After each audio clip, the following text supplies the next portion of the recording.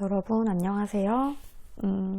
또 코로나 때문에 여러분과 대면하지 못하고 또 온라인으로 수업을 하게 됐습니다. 월봉고에서는 화학 2와 1학년 통합과학을 가르치고 있어요. 그리고 작년에 고급화학 공동교육과정을 온라인으로 한번 수업을 해본 적이 있습니다. 근데 이 고급화학이라는 단원 자체가 굉장히 대학교 좀 쉽게 보면 1학년 그리고 좀 어렵게 보면은 4학년까지 거기에 있는 지식들이 다 나온다고 생각을 하면 돼요. 심지어 여기에서 우리가 수업을 할 부분이긴 한데 그 열, 내부 에너지, 뭐 엔탈피 그리고 또 뭐 이런 부분 나오는 열화학 부분은 열화학이 아니고 열역학 부분은 심지어 나도 거의 임용 공부, 그러니까 대학교 다닐 때는 무슨 말인지 이해도 못했었고, 그리고 나중에 임용 공부를 할 때는 처음에는 뭔지 몰라서 무작정 식을 외웠었는데 나중에는 식이 유도가 되고, 그리고 나중에는 문제까지 풀 수 있게 되는, 여기까지가 한 2년 걸렸던 것 같아요. 그리고 나중에는 여기 고급화학에는 거의 다루진 않지만 양자화학이라는 파트도 있는데, 거기는 거의 진짜 공부한 지 한 4년 정도 되니까 이건가? 하다가 조금 뭔가 알 것 같은 느낌이 들 때 공부가 끝나버렸어요. 그 정도로, 그러니까 물론 마지막에 말한 양자화학이 고급화학에서 많이 다루진 않지만 그 정도로 굉장히 우리가 지금 학습하는 고급화학이 엄청 어려운 부분일 수도 있다는 거. 그래서 너네가 공부를 할 때 복습을 하지 않는다면 이 과목을 듣는 시간이 진짜 아까운 시간이 될 수가 있어요. 정말 아까운 시간이 될 수가 있는데, 대신에 복습을 한다면 아깝지 않은 시간이 될 수 있다는 거죠. 그래서 물론 나는 내 수업을 들으면서 너네가 화학 천재가 되는 거를 기대하진 않아요. 그런데 그래도 내가 이 수업을 들어서 대학교 가서 화학 공부를 하는데 들어는 봤다.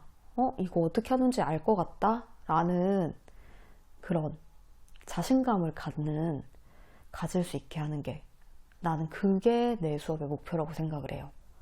그래서 작년에는 수업을 처음 해보니까 그 고급화학 책을 내가 다 수업을 할 수 있을 줄 알았는데, 근데 그것도 아니더라고. 한 학기 동안에 어떻게 책 한 권을 다 떼요. 그쵸?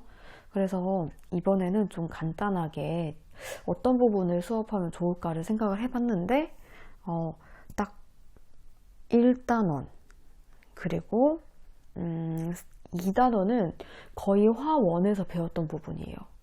몰 나오고 유효 숫자 나오고 이런 건데, 사실은 그 유효 숫자는 기계적으로 처리를 하는 부분이라서 실험을 할 때나 굉장히 좀 중요하게 다뤄지는 거지, 그 화학 이론을 할 때는 그렇게 유효 숫자가 계산하는 방법이 그렇게 중요하진 않아요. 그래서 그거는 굳이 우리가 한 학기밖에 수업을 못 하는데 그거에서 시간을 끄는 건 좀 아닌 것 같고, 그리고 그 다음에 선택한 게 뭐냐면 아까 얘기했던 거 열역학 파트, 아마 3단원일 거예요. 거기랑, 그리고 마지막에 그 중화 반응, 완충 용액, 그리고 뭐 산염기, 이런 부분, 그 부분 조금 다루면은 우리 한 학기가 금방 갈 것 같아요. 안 그래도 그 코로나 때문에 수업 그 일수가 좀 줄어서 우리 공동교육과정도 수업이 조금 줄게, 한 2시간 정도 줄어든 것 같더라고요. 그래서 1단원에 나오는 내용도 작년에 친구들이 엄청 어려워했어요. 그래서 1단원을 좀 더, 뭐라 해야 되지?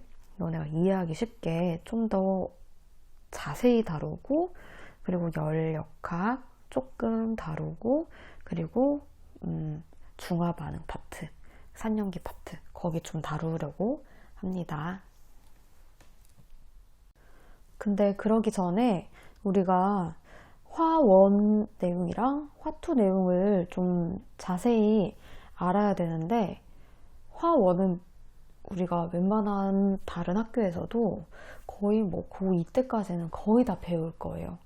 그래서 사실은 화1도 내용 정리를 자료를 준비했어요.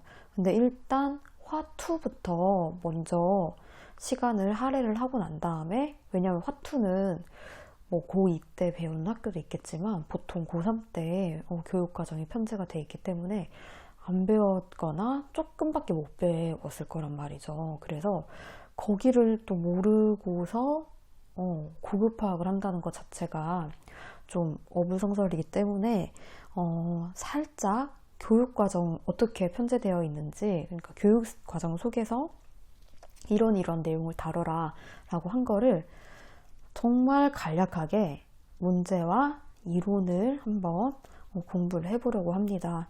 그렇게 하면은 아마 화2가 한 2시간, 화1이 1시간 정도 되지 않을까라고 예상을 하고 있어요. 여러분은 그 선생님이 자료를 준 그 PPT 자료를 보면 돼요. EBS 온라인 클래스에 이 자료를 탑재하는 것 자체가 저작권 문제에 걸린다고 해서 그냥 여러분한테 개인 카톡으로 파일은 제공을 할 거예요. 하지만 이거를 뭐 어디 가서 유출을 한다거나 그러면은 내가 잡혀가는 거 알죠? 그래서 특별히 주의를 좀 해줬으면 좋겠어요. 모든 저작권은 EBS에 있으니까. 그래서 여러분은 그 선생님이 나눠준 그 자료를 보고 요거를 같이 보면 됩니다. 다시 이거 좀 보이죠? 그쵸? 고체의 결정구조.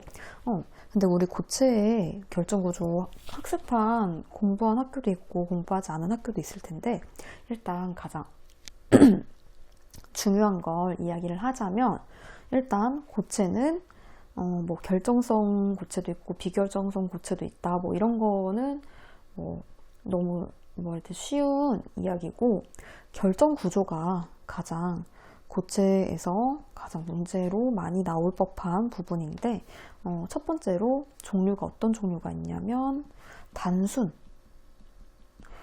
입방 구조가 있고, 여기 단순 입방 구조에 그 물체, 그러니까 세포라고 하는데 그 세포 안에 하나가 들어가 있는 체, 그러니까 몸체자죠. 심 한가운데라는 거야. 체심 입방 구조가 있고, 그 다음에 이번에는 몸 안이 아니고 면 가운데 있다는 거야. 면심 입방 구조가 있어요. 이렇게 있는데, 단순 입방 구조는 입방이니까 정육면체예요. 이렇게 정육면체가 있으면 단순이야. 그래서 모서리에 이렇게 입자가 배치되어 있고, 체심은 아까 얘기한 것처럼 여기 단순에다가 가운데에 여기 하나가 들어가 있어요. 똑같은 애야. 그리고 면심은 다 똑같은데, 이번에는 여기 단순에다가 면에 하나씩 들어가 있다는 거죠. 면도 동그라미 쳐야겠다. 빨간색으로. 이런 식으로. 그래서 이 부분에서 시험에 나올 만한 부분은 여기 세포, 단위 세포 안에 몇 개의 입자가 들어있냐, 이거 물을 거예요. 그러면 잘 보면은 이게 무한히 반복되고 있어요. 고체는 한동안 하나만 있는 건 아니잖아요. 이거는 뭐냐면 엄청 무수히 많은데 이 무수히 많은 것 중에서 반복되는 거 있죠. 왜 우리 수학도 약분이라는 개념이 있죠. 약분시킨 거랑 똑같다고 생각하면 돼요. 가장 최소한 반복되는 애를 자른 거죠. 그래서 얘를 이 모서리에 있는 이 입자를 나머지 애들이 공유를 하는 거예요. 여기도 있겠고 앞부분도 있겠고 여기도 있겠죠. 그러니까 지금 여기는 네모 4개와 그쵸? 그 윗부분에도 있을 거야. 그 위에도 네모가 4개죠. 그러니까 총 8개의 그 이 육면체가 동그라미 입자 하나를 공유를 하는 거예요. 그러니까 얘는 꼭지점에 있는 입자는 이 하나의 세포 안에는 8분의 1만큼 들어갈 거죠. 아래층에 4개, 위층에 또 4개. 그러니까 총 8개가 하나를 공유할 거니까. 그만큼이 하나, 둘, 셋, 넷, 다섯, 여섯, 꼭지점 8개 있죠. 그러니까 여기는 한 개의 입자가 이 단위세포 안에 들어있다는 거고, 여기는요. 일단 꼭지점에 아까 얘기한 것처럼 8분의 1만큼 들어있는데 8개 있죠. 그 다음에 채심에 얼마 있어요? 여기 하나가 온전하게 들어있죠. 그러니까 요거는 총 2개가 있다는 거예요. 그리고 얘는 꼭지점에 8분의 1 곱하기 8 그리고 면심이죠. 면심에는 어떻게 들어가 있냐면 면 가운데 하나가 들어가 있는 거야. 그러니까 얘는 또 다른 단위세포랑 겹쳐져 있어요. 그쵸? 이 입자 하나를 단위세포 2개가 공유를 하는 거예요. 그러니까 면에는 이 단위세포 하나에는 2분의 1만큼만의 입자가 들어가 있다는 거죠. 그래서 근데 이 정육면체는 면이 총 6개가 있는 거야. 그러니까 1, 3 더하면 4개가 있다는 거죠. 요것도 중요하고 그 다음 또 중요한 건 뭐냐면 가장 인접한 원자수 얘가 몇 개인지 물어볼 거예요.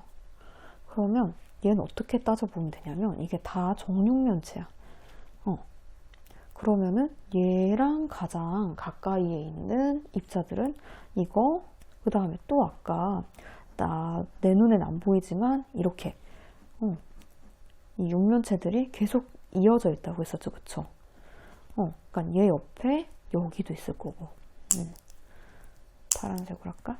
여기도 있을 거고 여기도 있을 거고 여기 아래쪽 여기 위쪽도 있을 거 아니야. 그쵸? 여기는 총 6개가 있다는 거지. 얘는요. 얘는 이 기준을 잘 잡아야 돼. 얘로 잡으면 어려워요. 얘는 지금 보면은 그 거리를 A라고 두면은 A만큼의 거리에 6개가 있는 거고, 만약에 얘를 두잖아? 그럼 이건 A야. 근데 만약에 얘로 두면은 이 거리는 얼마가 될까?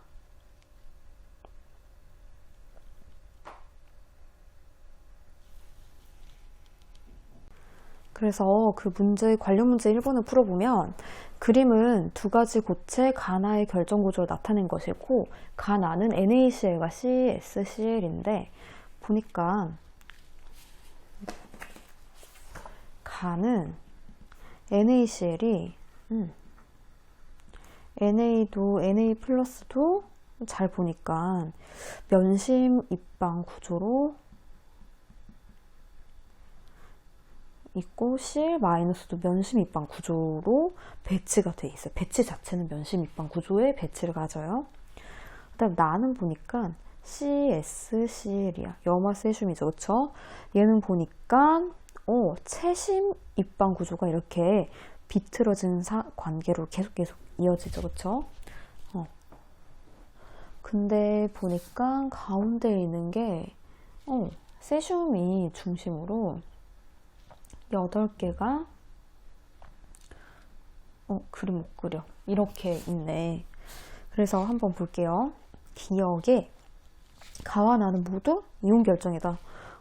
그림에 이렇게 나오죠, 그쵸? 이온기를 결합했으니까.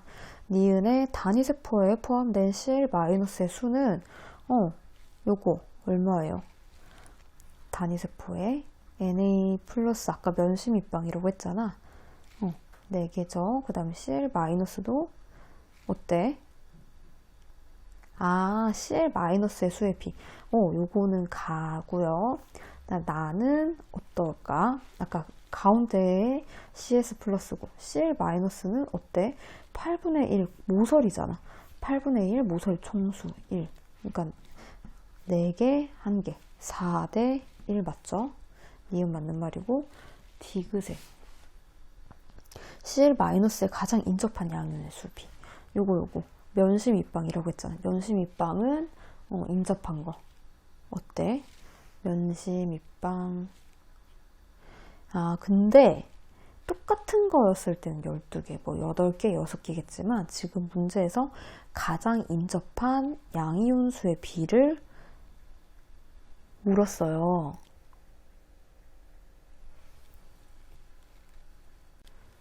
자, 여기에 보면은 CL-가 얘가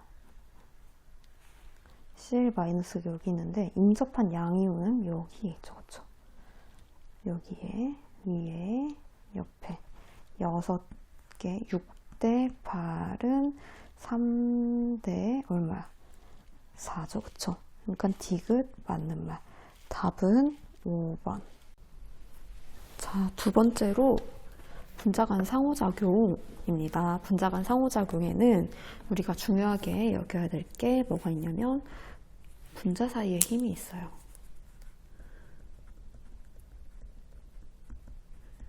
분자 간 힘이라고 또 얘기를 하는데 우리가 세 가지 얘기할 수 있어요. 쌍극자 힘, 그 다음에 분산력, 그 다음에 수소결합. 지금 아주 재빠르게 한번 화학2 훑으려고 하거든요. 교과서에도 이렇게 나옵니다. 쌍극자 힘은 요런 원래부터 극성을 가지는 극성 분자들끼리의 힘이에요. 그래서 이 극성 분자들끼리 마이너스랑 인력 플러스겠죠, 그쵸? 마이너스 이런 식으로 배열하고, 그리고 여기서는 뭐 마이너스 플러스 이렇게 배열하겠죠. 얘네들끼리 작용하는 힘, 쌍극자 힘이라고 하고, 분산력은 그냥 처음부터 극성을 가지진 않아요. 근데 어떤 분자가 있어. 이 분자가 외부 어떤 요인에 의해서 극성이 순간적으로 생기는 거예요. 이런 거 뭐라고 부르냐면 순간 쌍극자라고 부르는데, 이 순간 쌍극자가 옆에 있던 또 극성이 없던 분자를 자극을 하는 거죠. 그래서 옆에 있던 분자도 극성이 유발이 돼요. 유발 쌍극자라고 하는데 얘네들 사이에 작용하는 힘이에요. 그래서 이 분산력은 무극성 분자끼리 작용하는 힘인데 그 무극성 분자끼리만 작용하냐? 그건 또 아니고요. 마이너스 이 지금 서로 뭐 순간적으로 극이 생겼건 아니 원래 있었건 간에 이 극만 있다면 극성의 분리만 있다면 전하의 분리만 있다면 작용을 할 수 있기 때문에 무극성 분자, 극성 분자 아니면은 뭐 무극성과 극성 분자 사이, 그러니까 모든 분자에서 작용하는 힘이 분산력이 됩니다. 수소 결합은요, 전기이온 성도가 큰 그런 원자들이 있어요. FON, 폰이죠. 얘네들과 결합한 수소. 전기이온 성도가 매우 크니까 전하 분리가 델타 마이너스겠죠. 요건 델타 플러스예요. 그래서 굉장히 정기적으로 양성을 띠는 수소가 있는데 여기에 또 다른 전기 음성도가 매우 큰 원자가 왔을 때 요때 작용하는 힘, 요거 수소결합이라고 해요. 수소결합이 가장 큰 힘이 될 거고 그 다음 쌍극자, 그 다음 분산력 이렇게 됩니다. 그래서 한 요 정도 기억을 해두면 될 것 같아요. 그래서 그 관련 문제 2번 한번 볼게요. 이렇게 하면 잘 보이죠? 2번 한번 볼게요. 굉장히 매우 속상한 상황이 벌어졌어요. 이거 필기한 게 안 보였네. 아까 잠깐 다시 재빠르게 얘기하자면 그림 그린 거예요. 쌍극자, 쌍극자임은 전부 다 극성 분자들끼리 작용하는 힘이고 분산력은 무극성 분자, 극성 분자 모든 분자에 작용하는 힘인데 원래랑 무극성 분자인데 순간적으로 극성을 외부 요인에 의해서 극성을 가지게 되는 순간 쌍극자가 또 다른 극성을 가지지 않는 분자를 그걸 유발을 해요. 유발 쌍극자.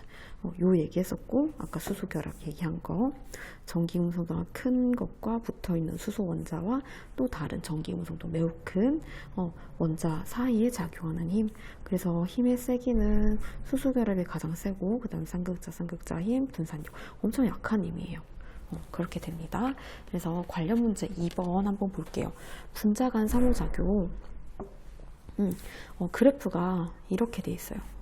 여기에 아이고 너무 높게 그렸다. 뭐 이런 식으로 돼 있어요. 근데 2주기래. 그리고 요게 3주기, 여기가 여기 4주기, 5주기 정도 되네. 여기가 주기고요. 그리고 끓는 점이야. 요거 끓는 점 엄청 높아요. 엄청 높고 그리고 문제가 14족 17족 원소의 수소 화합물이래. 14족 탄소, 그 다음에 뭐 규소 이런 애들 있죠. 요 밑에 나도 뭐가 있는지 몰라요. 17족은 할로진 원소니까 우리 이거는 기억해야 되죠, 그쵸? 그래서 뭐 14족은 CH4, SiH4 뭐 요런 애들이 있을 거고 17족은 HF, HCl, HBr, HI 요런 거 있을 텐데 여기에서 뭔가 특징적으로 기억을 해야 되는 건 이거 보니까 CH4 이렇게 생겼잖아. 무극성 분자들이에요. 14족의 수소화합물들은 무극성이구나. 그리고 여기 17족에서 HF 전기 음성도 엄청 큰 거랑 결합한 수소죠. 얘 수소 결합하는 거야. 근데 아까 얘기했던 것처럼 수소 결합 엄청 강한 힘이기 때문에 되게 그 끓는 점이 높아져요. 그래서 얘를 우리가 HF 여기가 HCl, Br, HI 요게 CH4 요렇게 가는구나 라고 우리가 이해를 해야 될 것 같아요. 그래서 기억 액체 상태에서 HF 수소 결합한다. 기억은 맞는 말이고 니은의 끓는 점이 D가 뭐냐면 요거예요. 이게 D야. D가 C 이거예요. C보다 높은 거. 니은에. 근데 얘네들 무극성 분자니까 수소 결합 일단 없을 거고 그 다음에 또 쌍극자도 얘는 극성 분자만 있을 거잖아. 얘네들 사이에 작용하는 힘은 분산력밖에 없는데 분산력은 뭐랑 비례하는 거냐면 표면적과 분자량. 표면적이 클수록 분산력 커요. 분자량이 클수록 분산력이 커요. 그래서 보니까 당연히 주기가 커지면은 분자량이 커지겠죠, 그쵸? 근데 문제는 뭐냐면 높은 주된 이유는 분산력 때문이다 이 얘기가 아니고 쌍극자 힘 때문이다라고 했으니까 니은 틀렸네요. 그럼 디귿 한번 볼까요? 액체 상태에서 분자 간 힘은 D가 B보다 여기 B야. 근데 내가 그림을 잘못 그렸어요. 그림에서는 B가 여기 한참 내려와 있어. 이게 B예요. 이렇게 가는데 D가 더 끓는 점이 그래프를 잘 보면 더 높아요. 그래서 디귿은 누가 더 액체 상태에서 분자 간 힘이 크냐 이건 끓는 점으로 비교를 하면 되는데 D가 B보다 더 크기 때문에 이거 액체 간 힘도 D가 더 크구나 이렇게 얘기할 수 있어요. 그래서 요거 답은 4번입니다.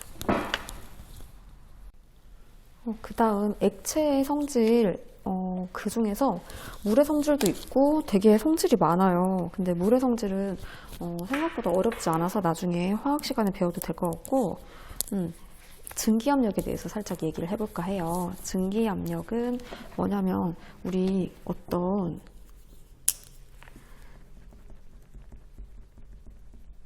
이런 뭐 그릇에다가 물을 이렇게 놔두고 아무 생각 없이 시간이 한참 지나고 나면은 이 물이 다 없어져 있었던 그런 경험이 있었을 거예요. 요거 뭐냐면 물의 표면에서 액체 입자들이 이제 수증기로 기화돼서 다 날아가는, 표면에서 날아가는 현상이 일어났기 때문인데, 그걸 뭐라고 하냐면 증발이라고 하죠. 증발. 근데 액체가 증발만 하느냐, 공기 중에 수증기도 있죠, 그쵸? 증발됐던 기체가 다시 액체로 바뀌기도 해요. 요런 거 뭐라 하냐면 응축이라고 해. 이런 거 응축이라고 하는데, 증기압력이 이제 여기에서 개념이 나옵니다. 우리 가역 반응이라고 화원에서 배웠을 거예요. 액체 상태의 물이 기체 상태의 수증기로 증발을 하고, 그리고 또 아까 얘기했던 것처럼 기체 상태의 수증기가 물로도 다시 응축을 한다고 했는데, 요거 기체로 증발하는 속도와 그 다음에 기체가 액체로 다시 응축되는 속도, 요게 서로 속도가 동일해서 평형을 이루는 거예요. 동적 평형이라고 하는데, 요때 증기가, 기체가 나타내는 압력을 뭐라고 하냐면 증기압력이라고 해요. 그래서 증발 속도와 응축 속도가 같을 때의 압력, 요게 증기압력이 됩니다. 그래서 증기압력은 기억을 해야 될 게 결정해주는 요인이 두 가지예요. 어떤 종류의 액체냐, 온도가 어떻냐. 온도가 높을수록 증기압력은 보통 높습니다. 요거 기억하면은 증기압력 문제를 조금 해결할 수가 있다는 말이죠. 그래서 그 관련 문제 3번 한번 볼게요. 액체의 성질 증기압력인데, 지금 이렇게 부피 플라스크가 있죠? U자관으로 연결이 돼 있는데, 얘네들 액체가 서로 다른 액체네. Y고 얘는 X예요. 그리고 심지어 온도도 달라요. 근데 온도는 얘가 더 높대. 더 높은 온도고, 근데 지금 수은 기둥의 높이가 똑같다는 말은 X의 증기압력과 Y의 증기압력이 똑같다는 거예요. 근데 온도는 T2가 T1보다 높으니까 지금 온도가 더 높으면 Y의 증기압력이 더 높을 텐데, 더 높은 것과 낮은 게 증기압력이 더 같다고 했죠. 그러니까 만약에 이 온도가 똑같을 때는 누가 더 압력이 더 세질까? P, 이게 더 높은 온도라고 했죠. 근데 온도가 똑같다면은 이렇게 되겠죠. 그러니까 얘가 더 압이 세니까 더 세게 누를 거고, 그쵸? 이 수은 어디 가지 않고 안에 있으니까 얘가 더 높이 올라갈 거 아니야? 그러니까 Y쪽이 X쪽보다 이 수은 기둥의 높이가 더 높게 올라갑니다. 기억이 맞는 말이고, 니은의 기준 끓는 점은 지금 온도가 볼까요? 만약에 같은 온도라면, 니은 볼게요. 일단 기준 끓는 점. 끓는 점 자체는 뭐냐면 외부 압력과 내부 압력이 동일할 때, 그러니까 증기압력, 기체압력, 증기압력이 동일할 때, 특히 기준이라는 말이 붙었기 때문에 얘는 그 25도씨 주어진 조건에서 그때의 끓는 점이에요. 근데 같은 온도에서, 지금 온도가 다를 때 여기 같다고 했는데, 같은 온도에서는 증기압력이 지금 X가 더 크다고 했죠. X가 Y보다 증기압력이 더 크기 때문에 증기압력 더 크다. 그러니까 기체로 되어 있는 상태의 압력 분자가 많다는 거죠. 그렇죠? 그러니까 액체가 기체로 많이 바뀌었다. 증발을 누가 더 잘한다는 거예요. 증발은 x가 y보다 쉽게 증발을 한다는 거죠. 그러니까 인력은 누가 크다는 거야. 인력은 y가 더 크다는 거죠. 그래서 끓는 점이 누가 더 크냐? y가 더 크다는 거. 그러면 니은은 맞는 말이죠. 그다음 디귿은 가는 여기네요. 여기에 T2, 그러니까 T1보다 온도가 더 높은 액체 X를 더 넣으면 수은 기둥은 아까 증기압력은 뭐랑 관련이 있다고 했냐면 종류와 온도에만 관계가 있다고 했는데 지금 가에 액체 X를 더 넣으면 지금 양을 더 많이 집어넣었어요. 이건 어떻게 될까? 높이 변화가 없게 되겠죠. 그래서 얘는 답이 3번이 됩니다. 그 다음에 용액의 농도 한번 볼까요? 우리가 용액의 농도 어떤 거를 알고 있냐면 퍼센트 농도 알고 있을 거예요. 용액 100g 속에 용질이 얼마나 몇 그램 들었냐 곱하기 100 해주는 거. 퍼센트 농도. 그 다음에 또 이제 ppm이라고 배울 거예요. 많이 들어봤죠, 그쵸? 이것도 용액이 몇 그램 있냐. 100g. 용액 얘도 100 아니고 다른 거 들어가도 돼요. 용액의 질량 분의 용질의 질량 곱하기 얘는 얼마 해주면 10에 6승 해주는 겁니다. 그 다음에 우리가 몰농도 배웠었죠. 용액의 리터 분의 용질의 몰수. 이게 몰농도였고요. 새로 배우는 게 뭐가 있냐면 이거 소문자 M 몰랄 농도라는 게 있는데 얘는 전부 다 지금 분모가 용액이죠. 얘는 용매예요.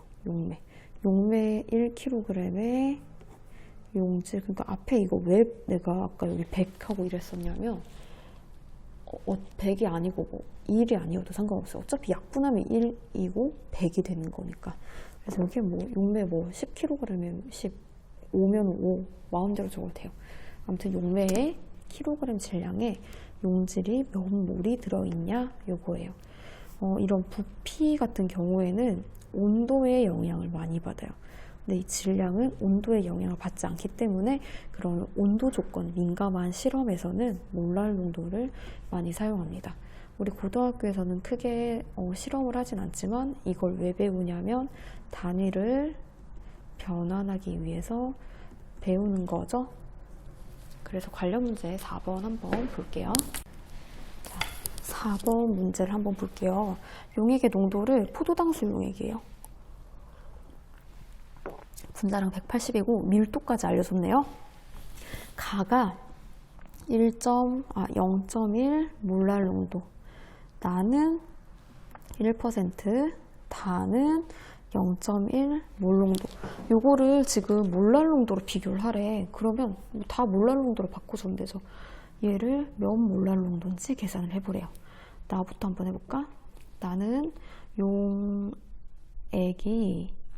100g이 있다면 얘는 용질은 1g이에요. 근데 아까 몰랄 농도는 용매만의 질량이야.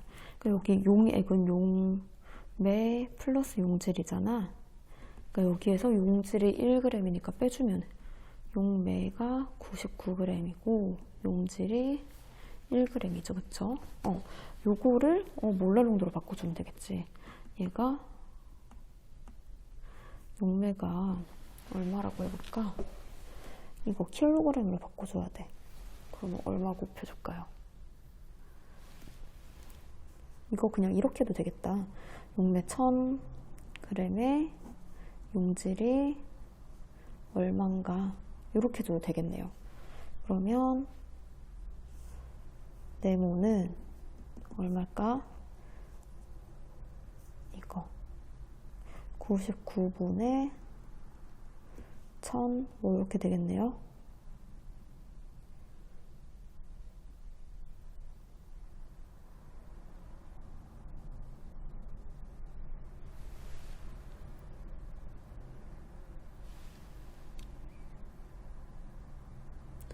근데 그램으로 하면 안 되죠. 뭐로 해야 돼? 얘는 단위가 그램이고 몰농도는 용질의 몰이에요. 몰랄 농도는. 그래서 요거를 또 몇 몰랄 농도인지 바꿔줘야 돼. 99분의 1000g 곱하기 포도당은 분자량이 180이라고 했어요. 이렇게 되니까 99 여기까지 나오나? 99 곱하기 180분의 1000몰 이렇게 되겠네요. 그 다음에 다 0.1 몰농도, 얘는 10분의 1 몰농도잖아. 그러니까 용액 10리터에 용질이 1몰이 있다는 거예요. 근데 우리는 용매의 질량을 바꾸고 싶어. 이럴 때 사용해 주는 거는 밀도입니다. 용액 10리터가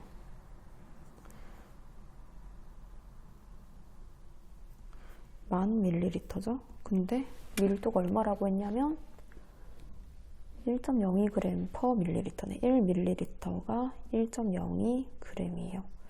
그러면 밀리리터 약분되고 얼마지? 동그라미 1, 2, 3, 4개, 4개네. 1, 2, 3, 4개.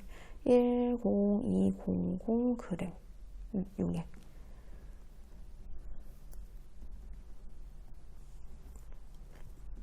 용질이 1몰 이렇게 되네요.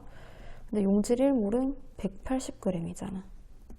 그러니까 여기 용매가 몇 g이냐면 10200에서 10220g 안에 용질이 180g 다시 1몰로 바뀌죠. 그쵸? 요만큼 있다는 거야. 그러면 지금 가는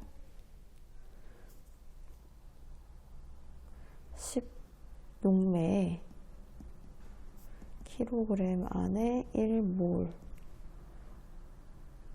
그러니까 용매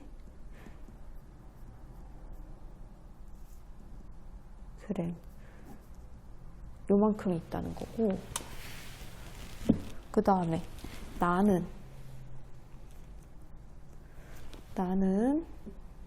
용질이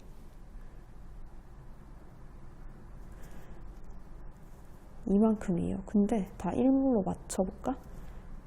분자를 1000으로 나눠주는 거죠. 99 곱하기 180 곱하기 1000g 이렇게 주면 되겠네. 그다음 다는 용질 1몰이 용매 10020g에 들어가 있는 거죠. 값이 누가? 지금 분자가 똑같으니까 분모가 제일 크면은 그 값 자체는 작겠지, 그쵸? 딱 한눈에 봐도 이게 제일 커. 그러니까 나가 제일 몰랄 농도 작고 만 20이니까 다 가 이렇게 되겠네요. 그래서 답은 2번. 그 다음에 묽은 용액의 성질 한번 볼까요? 총괄성이라고 하는 이야기가 있어요. 이때 배우는 개념은 몇 가지가 되냐면 4가지예요. 첫 번째가 증기압, 내림, 두 번째가 끓는 점, 오름, 세 번째가 어는 점, 내림, 네 번째가 삼투 현상. 어떤 순수한 용매에다가 용질을 섞으면 용액이 되겠죠. 이렇게 될 때 원래라면은 이게 순수한 용매 입자만 있었을 때는 인력이 다 동일해가지고 얘가 표면에서 증발을 표면에 이만큼이 있었다고 치면은 10개만큼 증발을 했을 거예요. 근데 내가 만약에 어떤 용질을 섞었어요. 그럼 표면에 10개만큼이 있었을 텐데 여기에 중간중간 다른 애가 섞여 들어간다는 거지. 그러면서 표면에서 증발할 수 있는 양이 줄어들어요. 이거 뭐라고 하냐면 증기압 내림이라고 하죠. 그래서 이 증기압 내림은 요때 증기압을 P용 외, 그리고 요때 증기압을 P용액이라고 하면은 증기압 내림은 요 두 값을 빼주는 거로 계산을 합니다. 그래서 이 용액이 된다면 증기압이 내려가는 거죠. 그리고 이 증기압 내림의 크기는 어떻게 되냐면 얼마나 많은 용질이 들어가 있느냐에 따라서 커지게 돼요. 많이 들어가 있으면 당연히 이거 6개에서 5개로 줄겠죠. 상호작용이 용매와의 인력보다는 용매와 용질의 인력이 더 크다라고 일단은 가정을 하고, 이론이니까 그렇게 가정을 하는 거예요. 그렇게 가정을 하고 이렇게 이론을 펼쳐나가기 때문에 용질이 많이 녹아 들어가면 증기압 내림의 그 크기도 커진다는 거죠. 그래서 여기 그래프 보면은 순수한 용매는 증기압 인력이 이랬는데 용액이 되면은 가라앉는다는 거. 그리고 보니까 온도가 증가할수록 증기압력 내림의 폭도 더 커지죠, 그쵸? 그런 게 있습니다. 그 다음에 끓는 점 오름이 있고 어는 점 내림이 있어요. 잘 보면은 요거는 이 그래프로 설명을 할 수가 있는데, 여기 온도 압력 그래프인데 처음에 순수한 용매만 있을 때 그래프가 이렇게 됐다가 지금 용액이 되면서 증기압 내림 현상이 일어나죠. 그리고 또 여기도 증기압력 곡선이 있는데 증기압이 떨어져야 되기 때문에 이런 식으로 떨어져요.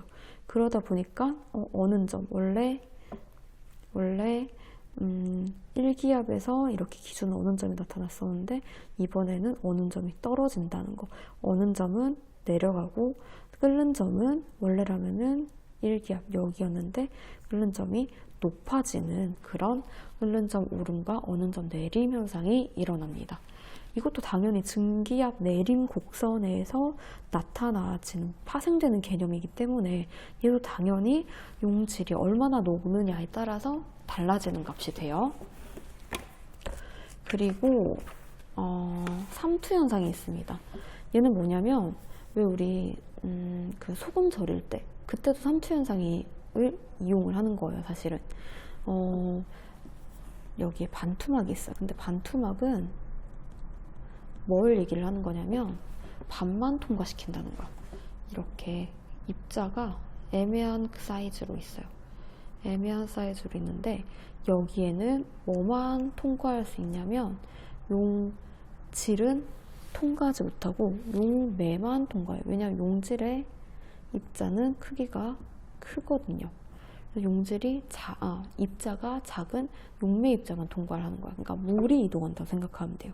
그래서 이렇게 U자관이 있을 때 여기 반투막이 있고 용액이 있고 고농도, 저농도가 있다면 고농도에서 물이 이동을 해. 그럼 물이 이쪽으로 이동을 하겠죠. 그러면 물이 이동하면 여기는 더 농도가 높아지고 여기는 물이 이쪽으로 이동하고 농도는 더 낮아지니까 끝이 없이 이동을 할 거예요. 균형이 안 잡히니까. 근데 만약에 물이 용매 입자가 이쪽으로 이동을 해봐봐. 저 농도에서 물이 이동을 하면 점점 이게 진해지겠죠. 그쵸? 농도 올라가고 여기는 농도가 낮춰지니까 중간 지점에서 딱 균형을 맞출 거란 말이죠. 그래서 그런 현상을 뭐라고 하냐면 삼투 현상이라고 하고, 그리고 그래서 결국에 물이 이동을 해서 똑같은 농도까지 되면은 이제 물의 이동이 멈춰지는데 한쪽은 이제 물 높이가 높아질 거고 한쪽은 물 높이가 낮아질 거란 말이에요. 근데 얘를 다시 똑같은 높이로 만들기 위해서 가해줘야 하는 압력, 요거를 삼투압이라고 해요. 그렇다는 거죠. 근데 요거 또한 어떤 거랑 관계가 있냐면 이 물의 이동 자체는 얼마나 많은 용질이 녹아 있느냐에 따라서 결정이 되는 거란 말이죠. 그래서 이 총괄성의 뜻을 이제 정리합니다. 얘는 종류랑은 어떤 애가 녹아 있느냐, 종류랑은 관계가 없어요. 뭐랑만 관계가 있냐면 수랑만 관계가 있어요. 얼마나 많은 아이들이 녹아 있느냐에 따라서 커진다는 거. 요게 총괄성이었습니다. 자, 그러면 총괄성 문제 한번 풀어볼까요? 5번이네요. 5번. 지금 10% 요소 수용액이 있고요. 그 다음에 1몰 농도 포도당 수용액이 있어요. 두 개가 있네. 이에 대한 설명으로 옳은 것은, 그러면 얘를 먼저 한번 볼까? 용액이 100g 중에서 요소가 10g이 있는 거고, 얘는 용액이 1리터가 있는데 포도당이 1몰이 있는 거예요. 근데 지금 얼만큼 많은 아이들을 녹아있냐 라고 해줬으니까 지금 단위가 다르니까 단위를 하나로 한번 통일을 해볼게요. 그러고 또 누가 더 많이 녹아있느냐를 비교하기 위해서는 분자 분모 중에 하나를 통일시켜 주는 게 좋아요.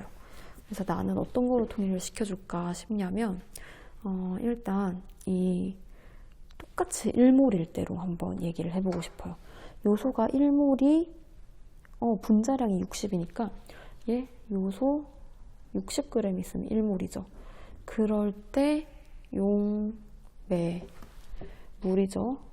물은 곱하기 6 해준 거에서 60 빼면 540g이 있네. 그러니까 물 540g 중에 요소가 60g이 있다는 거고, 그렇게 섞었다는 거고요.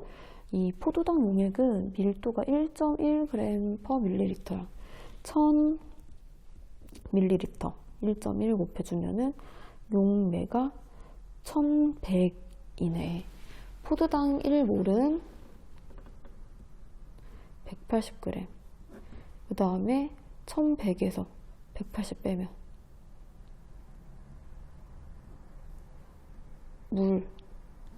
물이라고 할까? 물 920g. 이렇게 됩니다. 이렇게 되네. 그러면 지금 용매의 양은 누가 더 많냐면 60에 540g, 180에 920g. 누가 더 많아요?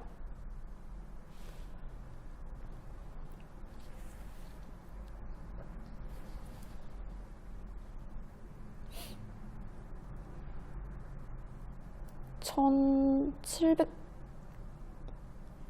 1620이네. 그쵸? 그러니까 얘가 더 많은 거야. 나가 가보다 용매의 양이 많기 때문에 지금 용액 요거를 구해야 돼요. 그쵸? 얘는 어떻게 구할 수 있을까?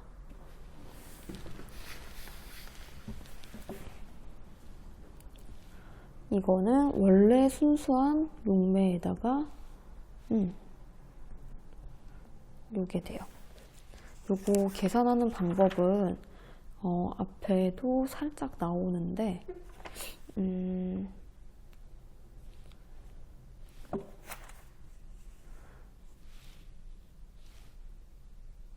한번 계산을 해볼까요?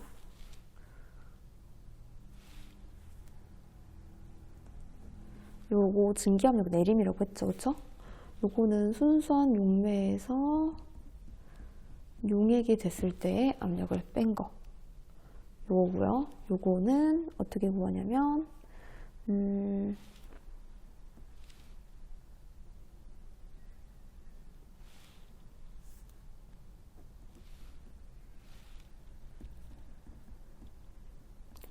증기압력 내림은 용질의 물 농도 얼만큼 들어있느냐랑 비례한다고 했잖아요. 그쵸?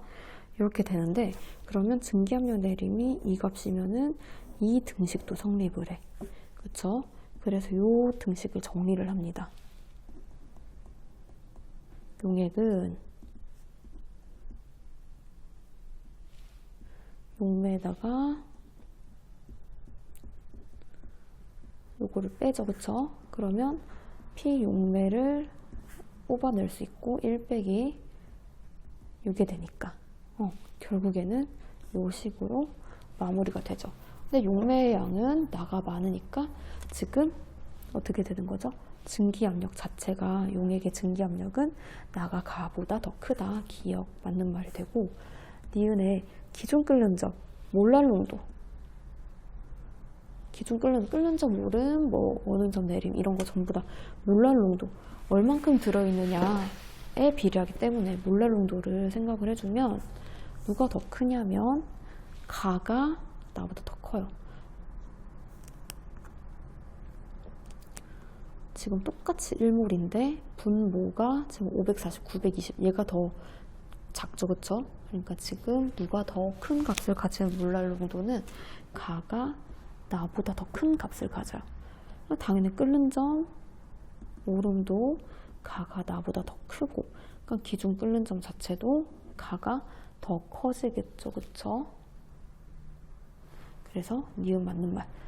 디귿은 기준 어느 점, 끓는 점 아니 어느 점 내림이 당연히 몰랄 농도에 비례해서 가가 나보다 더 커요. 가가 더 온도가 많이 떨어진다는 거죠. 당연히 끓는 점은 나가 아니 어느 점은 나가 더 높겠죠, 그쵸? 그러니까 디귿도 맞는 말이네. 답은 5번이 됩니다. 이제 6번째 보일 법칙을 볼 건데, 이거는 우리가 중학교 때도 했었고, 그 다음에 화학을 한다고 하면은 보통 왜 수학에서 아니다 한국사에서 맨날 그 하기 전에 고조선부터 시작하는 것처럼 똑같아요. 화학에서는 시작할 때 기체에서부터 시작해요. 보일 법칙.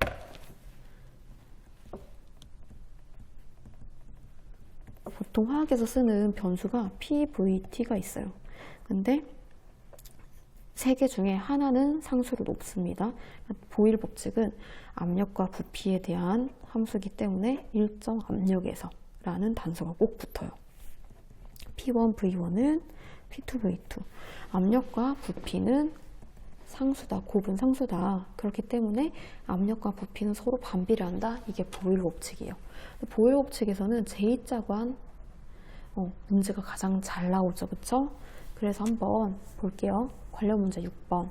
보일 법칙 제2자관에 수은을 첨가했대요. 처음에는 여기에 공간에 15 세제곱센티미터만큼의 부피가 있었고, 여기 끝에 19cm만큼의 그 공간의 높이 차가 생겼대요.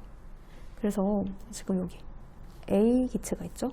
PA는 여기서 누르는 압력은 대기압 어떻게 될까? 대기압보다 부족해요. 19cm만큼. 1기압 빼기 76cm가 1기압이랑 똑같기 때문에 이렇게 되는 거예요. 그러니까 0.75기압, 그러니까 4분의 3기압이라고 하면 되겠다. 근데 여기에 더 많은 수은을 첨가를 해서 이번에는 여기가 좀 줄어들었네요. 이번에는 19cm만큼이 더 올라간 거야. 그러니까 1기압에다가 수은기둥 높이까지 압력이 더 추가가 되는 거죠. PA는 1기압에다가 수은기둥의 높이 요거 76분의 19기압 더해주면은 4분의 5기압이 되는 거예요. 그래서 얘네들 압력 B는 3대 5가 된다. 기억 맞는 말이고, 니은은 보일 법칙 쓰면 돼요. 처음에 P1이 15였죠. 곱하기 얼마지? 4분의 3은 나중 부피 곱하기 얼마가 돼요?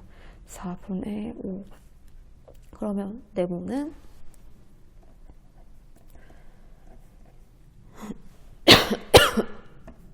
9. 부피가 9세제곱센티미터 되네. 니은 맞는 말이고, 디귿에 제2자관에 추가한 부피, 만약에 38만큼 집어넣어봐요. 그럼 19 요만큼 되겠죠. 근데 부피 감소가 있을까 없을까? 아마 딱 넣으면은 부피 감소가 이만큼이 일어나지 않을 거야.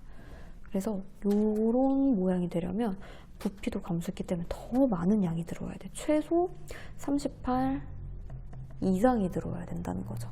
그러니까 디귿은 틀렸네. 답은 3번입니다.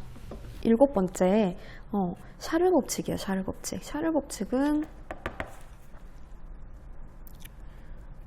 아까 얘기했던 것처럼 PVT의 변수가 있는데 여기에서 이번에 이 샤를 법칙은 부피와 온도의 관계이기 때문에 일정 압력이라는 상수 처리가 필요해요. 그래서 부피와 온도는 서로 비례한다. V분의 T 아니면 T분의 V는 일정 요거죠, 그쵸? 그래서 관련 문제를 한번 보면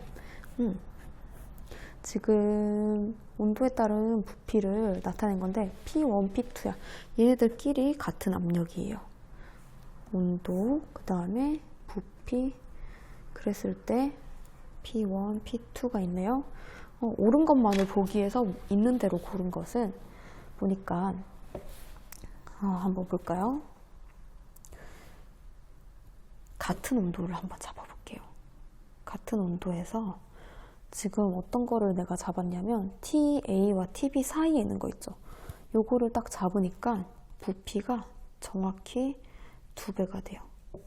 같은 온도에서니까 지금 보일 법칙을 쓸 수 있는 거죠. 그쵸? P1 곱하기 2V는 P2 곱하기 V가 되네. 그래서 P2는 2P1 기억 맞아요. 니은 볼까? 니은에 이번에는 온도를 비교를 하라고 했어요. 온도를 비교를 하라고 했으니까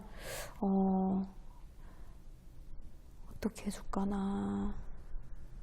TA 한번 잡아볼까요? TA에서 여기서 보니까 온도는 V야. TA분의 V는 이번에는 TB분의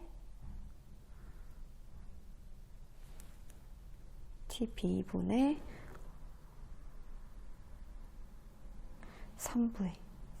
이게 V죠, 그쵸? 같은 압력일 때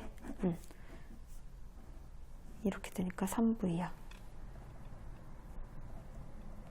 그래서 어때?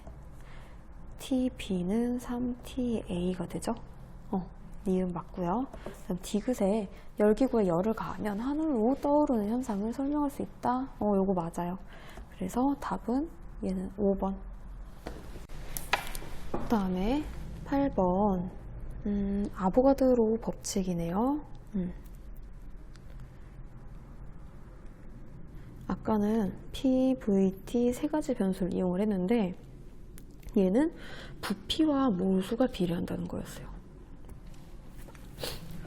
P와 V가 이렇게 되고 이런 관계를 가지고 그 다음에 T와 V가 또 이런 관계를 가지고 그 다음에 V는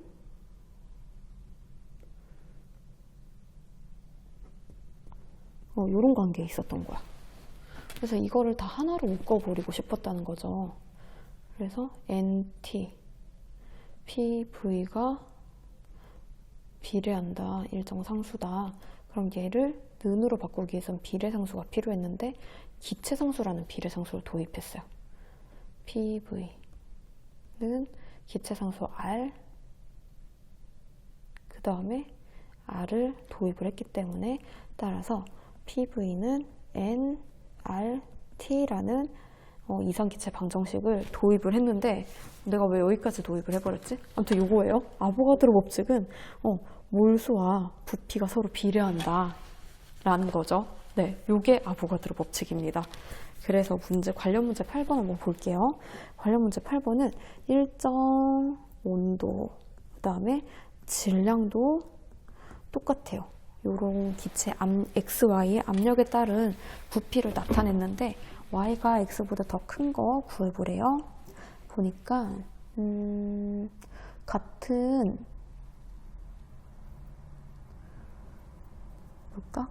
압력에서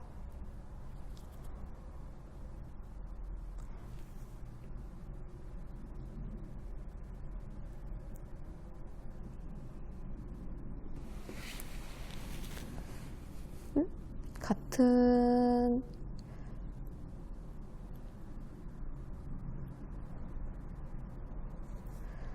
기억 기체의 양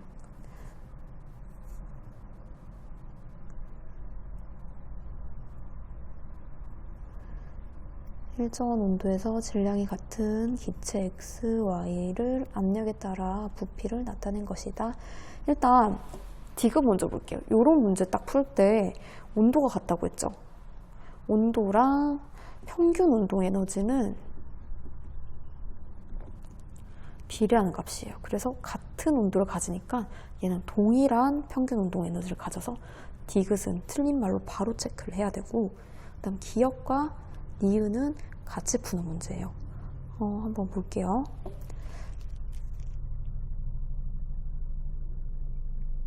둘 다 같은 압력일 때 누가 더 부피가 크냐면 Y보다 X가 더 부피가 크네요.